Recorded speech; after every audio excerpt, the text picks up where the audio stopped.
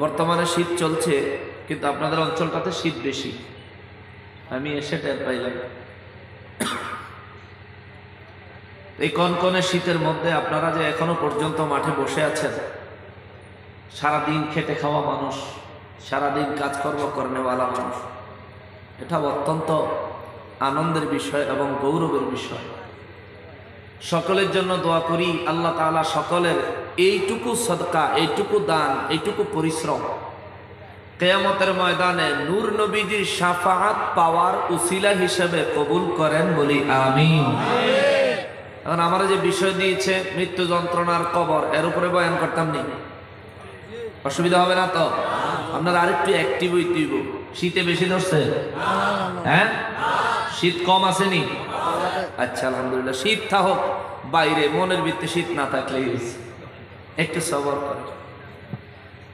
রব্বুল আলামিনের কালামে হাকিমের 114 খানা সূরার মধ্য থেকে সূরা হাশরের 10 নম্বর আয়াতে কারিমা আজকে আমি আলোচনা করার নিয়তে তেলাওয়াত করেছি, তার আলোকেই আলোচনা করব।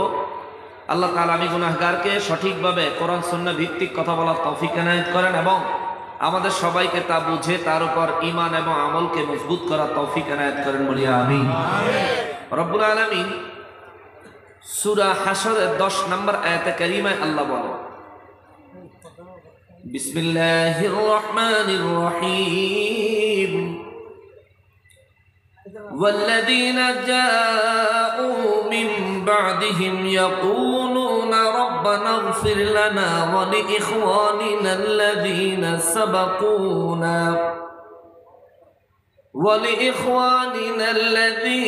سبقونا بالإيمان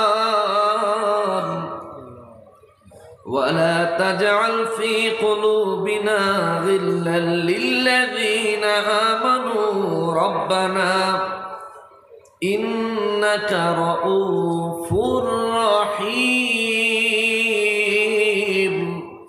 জবান খুলে পড়ি সুবহানাল্লাহ। রব্বুল আলামিন কালামে হাকিমে সূরা হাশরের 10 নম্বর আয়াতে কারিমায় আমার আল্লাহ বলেন, পৃথিবীর জমিনে বহু রকমের মানুষ আছে, বহু রঙের মানুষ আছে, কিন্তু আল্লাহ কয় আল্লাযীনা জাউ মিন বাদিহিম, নবী গো ওগো রাহমাতুল লিল আলামিন, আপনার সাহাবায়ে কেরাম সহ গোটা জগৎবাসীর আপনি জানাইয়া দেন, পৃথিবীর মধ্যে এমন কিছু মানুষ আসবে, এমন কিছু মানুষের আগমন হবে, এমন কিছু মানুষ পৃথিবীতে বিচরণ করবে।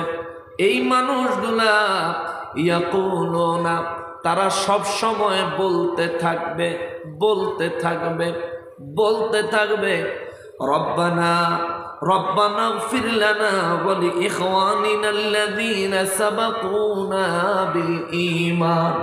ওগো পরওয়ারদিগারে আলম, ও রব্বুল আলামিন, আমাদের ভাই বন্ধু আত্মীয় স্বজন যারা যেখানে ইন্তেকাল করেছে, আল্লাহ ঈমানের সহিত যারা মারা গেছে, তারা বলতে থাকবে আল্লাহ আপনি তাদেরকে মাফ করে দেন। জোরে বলেন সুবহানাল্লাহ। এমন একটা দলের কথা রে বাবা আমার আল্লাহ কালামে হাকিমের মধ্যে বর্ণনা করলেন। এমন একদল মানুষ পৃথিবীর মধ্যে আসবে যারা নিজেদের পূর্বপুরুষদের জন্য দোয়া করবে। সুবহানাল্লাহ। আপনারা দোয়া করেননি আপনাদের মুরব্বীদের জন্য? এত আস্তে কা, আপনারা মুরব্বীগুলো লেগে দোয়া করেননি? সবাই করেননি? অনেকে কেউ হুজুর আমি তো নামাজই পড়ি না, কি দোয়া করবো? মুসলমানের যদি আপনি জীবনে একদিনও আপনার মুরব্বীদের জন্য দোয়া কইরা থাকেন, তাইলে বুঝা নিয়েন সূরা হাশরের 10 নম্বর আয়াতে আমার আল্লাহ যাদের কথা বলেছেন আপনিও তাদের মধ্যে একজন। চিৎকার দিয়া কোন সুবহানাল্লাহ। জোরে বলেন আলহামদুলিল্লাহ। আপনি আমি পৃথিবীর জমিনে আসবো আল্লাহ জানেনি, আমরা কি করব আল্লাহ জানেনি, আমাদের শেষ পরিণতি কি হবে আল্লাহ জানেনি।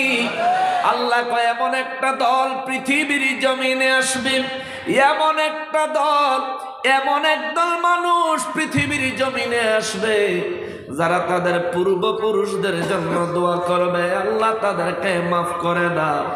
দুঃখের বিষয় হলেও সত্য, দুঃখের সঙ্গে বলতে হয় আমার দেশে মসজিদে এমনও খতিব পাওয়া যায়, মসজিদে এমনও ইমাম পাওয়া যায়, সমাজে এমনও মুফতি সাহেব পাওয়া যায় যারা মুরব্বীদের জন্য, মুর্দেগানের জন্য ইসালে সওয়াব, দোয়া অনুষ্ঠান, কুরআন শরীফ তিলাওয়াত করে খতম করার অনুষ্ঠান, এমনকি মিলাদ শরীফ পড়ে আত্মীয় স্বজন নিয়ে দোয়া করবেন এমন অনুষ্ঠানের বিরোধিতা করে এমন মৌলবী দেশে আছে না? আছে কিনা বলে? আসলে প্রকৃত পক্ষে তারা কি আলেম? বলেন আলেম? তারা আলেম? যদি আলেম হইতো তারাও তো সূরা হাসরের 10 নম্বর আয়াত পড়তো। হাদিসের কথা কইলে জয়ীফ কয়, দুর্বল কয়, গরিব কয়, সনদ দিয়ে মন্তব্য করে। ওরে আমার ভাই, আমার মা মারা গেছে, এক্সাম্পল, আমার মা এখনো জিন্দা আছে, বুঝানোর জন্য বলছি। মনে করেন আপনার মা মারা গেছে, আপনি আপনার মায়ের জন্য দোয়া করবেন। আপনার বাবা মারা গেছে, আপনি আপনার বাবার জন্য দোয়া করবেন। ও মুসলমান, আপনার মা বাবা বেঁচে আছে কিন্তু নানা নাই, নানি নাই, কিংবা দাদা নাই, কিংবা দাদি নাই, কিংবা 4 জনের একজনও নাই। আপনার পূর্বপুরুষ মুরব্বীরা যারা কবরে চলে গেছে, বলেন তো বাবা, তাদের কবরটা খুঁড়ে খুঁড়ে খুঁড়ে খুঁড়ে যদি তাদের কবরের ভিতরে 10 লক্ষ টাকার বান্ডিল দিয়া আসেন, লাভ হইব? হনি লাভ হইব? যার কবরে আযাব চলে, বুঝলে বাবা জবাব দিবেন। কবরে যাওয়ার লাগবে নি? সবাই মনে যাইতো? সবারই যাওয়ান লাগবো? সবারই যাওয়ান লাগবো? 2 একজন না গেলে কি যাওয়ান লাগবো? কেমন দেখছেন আমার ভাইও বুঝে লাইছে, ছোট মানুষও বুঝছে। কবরও যাওয়ানই লাগবো, থাকার কোন সুযোগ, যেহেতু যাওয়ানই লাগবো। কবরের লেগে কিছু প্রস্তুতি লইয়া কবরের ঢুইকেন, নাইলে বিপদের সীমা থাকবে। এ মুসলমানেরা রে, আমার পেয়ারা নবীর উম্মতেরা রে, একটু মনোযোগ লাগাইয়া দেন রে বাবা। মনে করেন আপনি কবরে, আপনার কবরে বুঝানোর জন্য বলছি বাবা, মনে করেন আপনার কবরে আযাব চলছে। আপনি পৃথিবীর থেকে যাওয়ার আগে কোটি কোটি টাকার সম্পদ রেখে গেছেন। আপনার ছেলে 10 কোটি টাকা একসঙ্গে বান্ডিল করে কয়দিন পরে পরে আপনার কবর খুলে খুলে কবরে দিয়ে আসে। কিছু ভালো ভালো কিনে খাবেন, আযাবের ফেরেশতারে ঘুষ দিয়া আযাব কিছু কমাইবেন, সম্ভব হইবনি? সম্ভব হইতো না? কোনো কিছু কিনন যাইতো না, কোনো দোকানে যাওয়ান যাইতো না, বাটার বন খাওয়ান যাইতো না, কোন মতেই সম্ভব নয় রে বাবা। কোটি কোটি টাকা কেন, ঢাকা শহরে বাড়ি আছে, দলিল দিয়ে আসবেন, কাজ হবে না। ভালো ভালো খাবার তার কবরে ঢুকাইয়া দিয়ে আসবেন, তাও কাজ হবে না। নবী গো, ওগো রাহমাতুল লিল আলামিন, যারা কবরে গিয়েছেন গো নবী, তাদের অবস্থাটা কেমন? তাদের অবস্থাটা কেমন? আমার নূর নবী কয়, সাহাবীরা রে, ও সাহাবীরা, সমুদ্রের মাঝখানে কোনো একটা মানুষ যদি জাহাজ থেকে পড়ে যায়, ওই সমুদ্রের বড় বড় ঢেউয়ের মাঝে যেমন হাবুডুবু খায়, আর মানুষের কাছে সাহায্য চায়, চিৎকার দিয়া বলে, বাঁচাও, কে আছো, আমারে রক্ষা করো। ওই সমুদ্রের মাঝখানে বড় বড় ঢেউয়ের ভিতরে ওই মানুষটা যতটা বিপদে, আমার নবী কয় কবরবাসী ওই মানুষটার থেকেও কোটি কোটি গুণ বিপদে। জোরে কোন সুবহানাল্লাহ।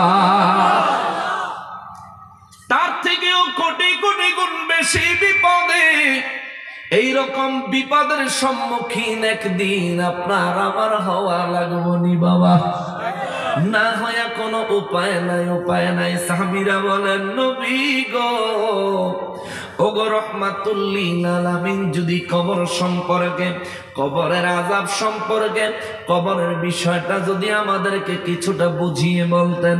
মুসলমান রে, আমানুর নবী রহমাতুল লিল আলামিনের একখানা হাদিসে মোবারক ইমাম জালালউদ্দিন সুয়ুতি রহমাতুল্লাহি আলাইহির লেখা শরহুস সুদূর কিতাবের মধ্যে তিনি তিরমিজি শরীফ থেকে একখানা হাদিসে মোবারক নকল করেছেন। তিনি লিখতেছেন, ও জগৎবাসীরা শোনো, শুনিয়া যাও। ফান আবি সাঈদ রাদিয়াল্লাহু তাআলা আনহু আন্না রাসূলুল্লাহ সাল্লাল্লাহু আলাইহি ওয়াসাল্লাম, হযরতে আবু সাঈদ খুদরি রাদিয়াল্লাহু তাআলা আনহু বলেন, আমার নূর নবী রাহমাতুল লিল আলামিন ফরমান করেছেন, আমার দয়াল নবীজি বয়ান করেছেন, আকসারু যিকরু হাযা মিন লাযযাত ফাইন্নাহু লাম ইয়াতি আলাল কবরি ইয়াওমান ইল্লা তাকাল্লামা ফীহি। আমার নবী বলেন, উম্মত রে, এরে উম্মত, যেই মৃত্যু তোমাদের সমস্ত কিছুর স্বাদ নষ্ট করে দেয়, পৃথিবীতে বেঁচে থাকার স্বাদ যেই মৃত্যু নষ্ট করে দেয়, কোটি কোটি টাকার প্রজেক্ট করেছো, কাজ কমপ্লিট করবা, সুন্দর করে বাড়ি করবা, এইরকম একটা চিন্তা ভাবনা, মনের আশা, মনের স্বাদ যেই জিনিসটা ধ্বংস করে দেয়, আমার নবী বলেন, উম্মত রে, এরে উম্মত, ওই মৃত্যুর কথাটা বেশি বেশি স্মরণ করো। জোরে বলেন সুবহানাল্লাহ। মৃত্যুর কথা স্মরণ করেননি? তিনজনে করেন। মৃত্যুর কথা স্মরণ করেন? সবাই করেন? মিছা কথা কননি? কেউ করে? কেউ করে? মিথ্যা কথা কেউ বলেন না? না বললে আলহামদুলিল্লাহ, আর যদি বলে থাকেন নিজেদের পরিবর্তন করেন বাবা। যে ব্যক্তি মৌতের চিন্তা করে ওই ব্যক্তি মিথ্যা কথা বলতে পারে? কথা কন না, পারে? যে ব্যক্তি মৃত্যুর চিন্তা করে ওই ব্যক্তি নামাজ কাজা করতে পারে? কথা কন, পারে? নামাজ কাজা করতে পারে? আপনাদের নামাজ কাজা হয়নি, বলবেন হুজুর আমাদেরকে লজ্জা দেন। না রে বাবা না, এটা একটা ক্লাস, আজকে এখান থেকে কিছু শিখতে হবে। সব সত্য প্রকাশ করে দিবেন, নিজের দোষ ত্রুটিগুলি একটা একটা করে শুধরে নিবেন, তাইলে দেখবেন আগামী বছর মাহফিল আসার আগে আগে আমার আল্লাহর যদি দয়া হয় আপনারা আল্লাহর ওলি হয়ে যাইতে পারবেন। কথা বলেন ঠিক কিনা? ওলি আল্লাহ হয়ে যাইতে পারবেন। আমার নবী বলেছেন, বেশি বেশি করে মরণের কথা স্মরণ করো। সাহাবায়ে কেরাম বলেন, নবী গো, ওগো রাহমাতুল লিল আলামিন, মৌতের কথা যদি বেশি বেশি করে আমরা স্মরণ করি হুজুর, ফায়দা হবে কি, লাভ হবে কি?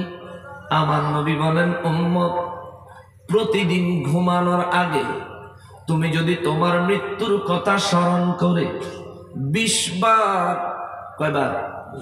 কথা বলেন, কয়বার? একটা দোয়া আছে কোরআন শরীফের, একটা আয়াত আমরা সবাই পারি।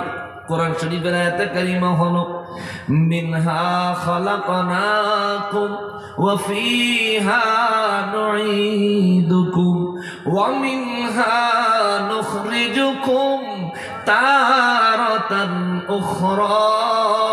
পারেননি? আমার কথা কেন? সবাই পারেন তো এটা? আচ্ছা, যদি না পারেন শিখে নিবেন, না পারলে শিখে নিবেন। আপনাদের এখানে আশেপাশে মসজিদ আছে না? ইমাম সাহেব আছে না? ইমাম সাহেবের কাছে যাই শিখবেন না? গাটিলে তাবলিগও যাবেন গা? হ্যাঁ, আমরা যাবেন তাবলিগও বাইতে, আমরা যাবেন তাবলিগও বাইতে হামলা দিব পাবলিকে। খবরদার, আপনি সেদিকে যাইয়েন না। আপনি বাড়ি ঘরে থাইকাই আপনি নামাজ শিখবেন, মসজিদে ইমাম সাহেব আছে, ইমাম সাহেবের কাছে যান না। কোরআন তেলাওয়াত শিখবেন, ইমাম সাহেবের কাছে যান না। দোয়া কালাম শিখবেন, ইমাম সাহেবের কাছে যান না। ইমাম সাহেবরা বলেন যে হুজুর আমার একটু শিখান, ইমাম সাহেবকে শিখাইতো না? শিখাইতো না? শিখাইব। তাহলে আমরা এই দেশে দেশে যাবেন দেখতে। আপনি জানেন আপনার পরিবার পরিজন যারা আছে তাদের প্রতি আপনি আল্লাহর পক্ষ থেকে প্রতিনিধি। এরা কোথায় কি গেল না গেল, এদের প্রত্যেকটা গতিবিধি সম্পর্কে আল্লাহ আপনার কাছ থেকে হিসাব নিবে। ঠিক কিনা বলে? হিসাব নিব। আপনার ছেলে কি করলো, মেয়ে কি করলো, আপনার বিবি কি করলো, নামাজের সময় নামাজ পড়লো কিনা, তারা খাওয়া দাওয়ার সময় হালাল হারাম চিন্তা করে খাইলো কিনা, এই সব বিষয়ের উপর আপনার কাছ থেকে হিসাব নেওয়া হবে। সেজন্য আমাদের কি বাড়িঘর ছাড়া দরকার না বাড়িঘরে থাউন দরকার? থাকা দরকার। তবে এখানে আরেকটা বিষয় আছে, অনেকে এখানে একটা ফতুয়া করবে, হুজুর আমি যে গরিব মানুষ, আমার যে বিদেশ যাওয়ার লাগে চাকরি করতে, তো আমি বুঝি বউ ফলাফান ফালাই বিদেশে যাই পারতাম না। না, ওটা তো একটা জরুরত। আপনার বিবিরে যখন বিয়ে করছেন, তারা যখন বিয়ে করছেন তখন আপনি ওয়াদা দিচ্ছেন তার সম্পূর্ণ ভরণ পোষণ তারে পরিপূর্ণ দিবেন। এখন ভরণ পোষণ দিতে গেলে কথা কই না বল, তারে ভরণ পোষণ দিতে গেলে আপনি চাকরি করতে হবে। এবার যদি চাকরির খাতিরে যাইতে হয়, এবার বিদেশে যদি রোজগারের ক্ষেত্রে যাইতে হয়, যান, এটা একটা কারণ, উপযুক্ত কারণ, এটা দর্শানো যাবে। কিন্তু আপনি পরিবার পরিজন ফালাইয়া থুইয়া এগুলো থুইয়া আপনি গেছেন গা তাবলিগে, বাইক হামলা দিছে পাবলিকে, এমন হলে কিন্তু অবস্থা খারাপ হলো, কপালের দুর্গতি আছে। কিয়ামতের ময়দানে আল্লাহর দরবারে হিসাব দিতে পারবেন না। এই জন্য বাবাজিরা রে আমার, ও মুসলমান, আমার পেয়ারা নবীর উম্মতিরা রে, মিনহা খালাকনাকুম ওয়া ফিহা নুঈদুকুম ওয়া মিনহা নুখরিজুকুম তারাতান উখরা। আমার নবী বলেন, এই দোয়াটা কোনো ব্যক্তি ঘুমানোর আগে যদি কোনো ব্যক্তি এই দোয়াটা দৈনিক 20 বার পড়ে, আমার নবী রাহমাতুল লিল আলামিন কয় উম্মতরে, ফজর থেকে শুরু করে বিছানায় যাওয়া পর্যন্ত এই সময়ের মধ্যে পরের হক বাদ দিয়া অন্যান্য যত সব গুনাহ তুমি করেছ, এ সমস্ত গুনাহগুলি আমার আল্লাহ মাফ করে দিবে। সুবহানাল্লাহ। তাহলে প্রতিদিন 20 বার মিনহা খালাকনাকুম ওয়া ফিহা নুঈদুকুম ওয়া মিনহা নুখরিজুকুম তারাতান উখরা, এই দোয়াটা পড়বেন নি? পড়বেন? এখন একটু আমার সাথে বলেন, মিনহা খালাকনাকুম। সবাই বলেন, মিনহা খালাকনাকুম ওয়া ফিহা নুঈদুকুম ওয়া মিনহা নুখরিজুকুম। একটু জবান খোলেন না বাবা, তারাতান উখরা। এটা ম্যাক্সিমাম মানুষ আমরা পারি, কারণ কেউ মারা গেলে মাটি দেওয়ার সময় এটা আমাদের পড়তে হয়, শুনে শুনে অনেকের মুখস্থ হয়ে যায়। বাবা, এই দোয়াটা প্রতিদিন ঘুমানোর আগে 20 বার পড়বেন। এ মুসলমানেরা রে, আমার পেয়ারা নবীর উম্মতিরা রে, শারহুস সুদূর কিতাব থেকে তিরমিজি শরীফের হাদিসে মোবারক বর্ণনা করছিলাম। আমার নবী রাহমাতুল লিল আলামিন কয়, উম্মত রে, ওরে উম্মত, যেই মৃত্যু তোমাদের সমস্ত স্বাদ নষ্ট করে দেয়, ওই মৌতকে তোমরা প্রতিদিন স্মরণ করো, স্মরণ করো, স্মরণ করো। কেন গো মায়ার নবীজি, ওগো রাহমাতুল লিল আলামিন, কারণ কি আমার নবী কয়, ফাইল্লাম ইয়াতি আলাল কুবুরি ইয়াওমা ইল্লা তাকাল্লামা ফিহি। কেননা মনে রাখবা, তুমি মানুষ, তোমারে আল্লাহ বানাইছে, তোমার মৌত কোন জায়গায় হবে আমার আল্লাহ জানে, তোমার কবর কোন জায়গায় হবে সেটাও আমার আল্লাহ জানে। যে জায়গায় তোমার কবর হবে রে, ওই কবরের জায়গাটা প্রতিদিন তোমারে ডাকে, তোমারে ডাকে, তোমারে ডাকে। জোরে কন্যা সুবহানাল্লাহ। জীবনভর মাটিতে কত আঘাত করলেন, কোনদিন মাটি চিৎকারের আওয়াজ শুনছেন নি? এমনি উঠছে কি তোরে নাচতে দিয়ে দেখছ? আবার আইয়া তাড়াতাড়ি আই। আচ্ছা, আমি বেশি সময় নিব না, মোটামুটি 40 মিনিটের মতো আলোচনা হয়েছে না? 40 মিনিট গেছে গা, ইনশাল্লাহ আর বেশিক্ষণ না, অল্প কিছুক্ষণ একটু সবর করে। এমন কিছু তথ্য, এমন কিছু সমাধান এমন কিছু থিম আমরা নেওয়ার চেষ্টা করব। আজকে যেন আল্লাহ মেহেরবানি করে আমাদের জিন্দিগির মোড় যেন পাল্টে যায়, আমরা প্রত্যেকে যেন হেদায়েতে কামেলা পেয়ে আল্লাহর প্রিয় ওলি হয়ে যাই। আল্লাহ কবুল করেন, বলি আমিন। বাবা, আমরা প্রত্যেকে কবরে যাওয়া লাগবে, কোনোভাবেই ঠেকানো যাবে না। কোনো ঠেকানোর রাস্তা আছে নাকি? প্রধানমন্ত্রী এই দেশের ক্ষমতায়, রাষ্ট্রীয় ক্ষমতায়, প্রধানমন্ত্রী যদি মারা যায় ওনারা কি উপরে রাখতে পারবো? পারত। কিন্তু কি মজার ব্যাপার দেখেন, এই আনারবর বাড়ির অত্র এলাকার কোন মা যদি মারা যায়, আমার মায়ের 5 টুকরা কাফনের কাপড় দিবে, আবার আমার এই মায়ের জন্য 3.5 হাত কবরের জায়গা হবে।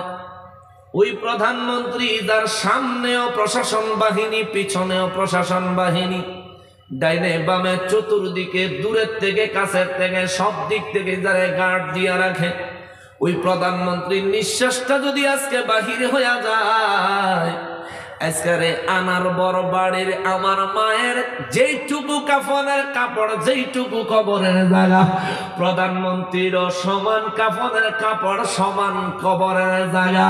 মুসলমান বাহাদুরি কিসের করো, আমার কিসের করো? আমার করে কোনো লাভ হবে না রে বাবা।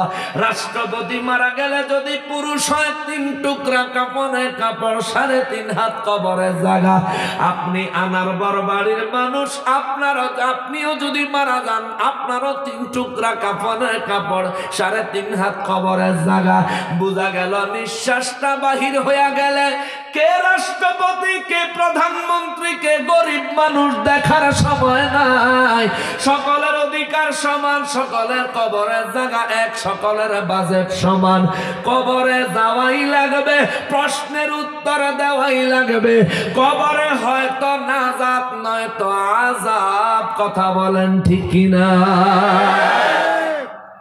ও মুসলমান রে, এই জন্য শায়েররা কত সুন্দর করে লিখছে, 3.5 হাত মাঠ